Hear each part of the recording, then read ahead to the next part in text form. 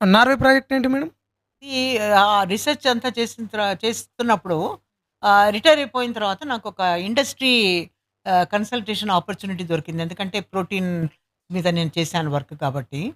వాళ్ళ ఆ కంపెనీ ఏంటంటే వాళ్ళు సాల్మన్ ప్రోటీన్ తీసుకొని ప్రోటీన్ న్యూట్రిషనల్ డెఫిషియన్సీ ఉన్న చిల్డ్రన్‌కి యూజ్‌ఫుల్ ప్రొడక్ట్ కింద చేయాలని ఒక ప్రపోజల్ అన్నమాట for that. Research work was that.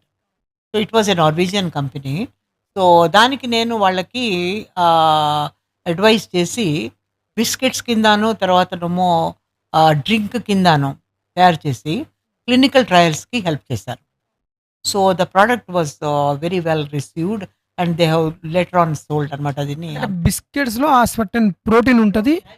High protein స స protein high quality high quality protein ఉంటది. ఆ ప్రోటీన్ బ్లడ్ బిస్కెట్స్ కింద తయారు చేసి, ఆ ప్రోటీన్ ఇంక్లూడ్ చేసి, బిస్కెట్స్ కింద తినేసి ఎడిబుల్‌గా అనమాట. తినడానికి వీలుండాలి. ఉట్టి ప్రోటీన్ పౌడర్ తినమంటే ఎవరు తింటారు? అది తినడానికి బావుండదు.